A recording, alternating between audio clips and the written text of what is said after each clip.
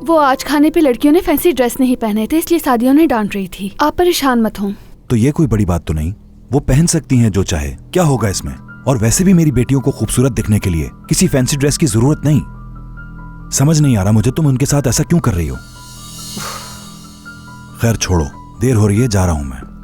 हाँ, एक और बात, मेरी बेटियों का रवैया और उनकी सोच मेरे लिए उनके कपड़ों से कहीं ज्यादा अहमियत रखती है, ये कभी मत भूलना। थैंक यू बाबा।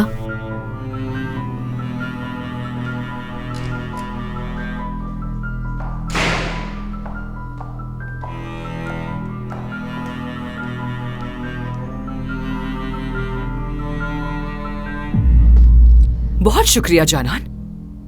अब तुम्हारी वजह से करीम को ऐसा लगता है कि मैं बच्चों से उनके ड्रेसेस की वजह से बहस कर रही हूँ। लेकिन अम्मी, ये झूठ नहीं है और आपके गुस्से की भी यही वजह थी। आप चाहती थी कि डिनर में हम अच्छे कपड़े पहने ताकि वो सोना से अच्छे नजर आए। तुबा फजूल बातें मत करो और बेरन की बातों पर पर्दा मत डालो। बेरन को अपनी हरकतों के लिए मुझे वजाहत देनी ही होगी। सादिया बस कर दो, बहुत ज्यादा हो गया है। तुम्हारा मसला क्या है? अली का वजूद मेरी बेटी बेरन की जिंदगी में रहे, मैं ऐसा नहीं चाहती हूँ जानान। मैं तुम्हारी परेशानी समझ रही हूँ और अली ने भी फैसला कर लिया है, और अगर ऐसा ना होता तो वो सोना को लेकर यहाँ कभी भी नहीं आता। मुझे सुकून नहीं मिलेगा जब तक मुझे मालूम ना हो जाए कि वो उसके घर पे क्यों गई थी।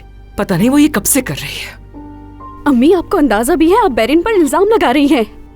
बस बहुत हो गया, मैं आप दोनों के बीच बैठ के ये बातें नहीं सुन सकती, जा रही हूँ मैं। तूबा बिल्कुल ठीक कहकर गई है।